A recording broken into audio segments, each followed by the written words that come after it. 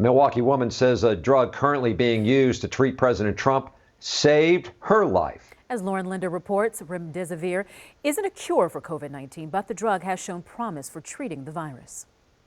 As we learn more and more about COVID-19, we learn more about ways to treat it. Well, there's one drug with a lot of promise that a Milwaukee mom credits for saving her life. The only thing that I was really waiting for that entire time was, somebody to say, you're gonna be okay. It was mid-May and NICOLE GOINS thought she was going to die.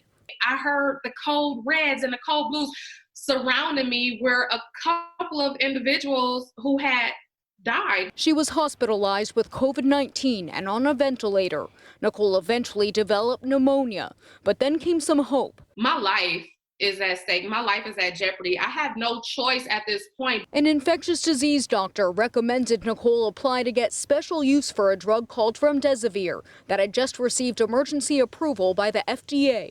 The nurse came in and was like, "You got the lottery." And I'm like, what? She was like, "Remdesivir, they approved you." NICOLE says it just took 3 of the 5 doses for her to start to feel better. It was kind of like a miracle, like a miracle drug. Medical experts say Remdesivir is primarily used on seriously ill patients to make their symptoms more mild. By no means is it a medication that is going to cure COVID or prevent any of the adverse effects of COVID. The drug is still not widely available and more research is needed, but NICOLE says it made all the difference for her.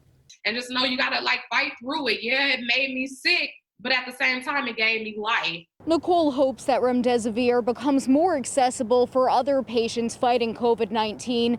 Still, several months later, she's experiencing some symptoms. She hasn't gotten her senses back completely. Reporting in Milwaukee, Lauren Linder, TMJ4 News.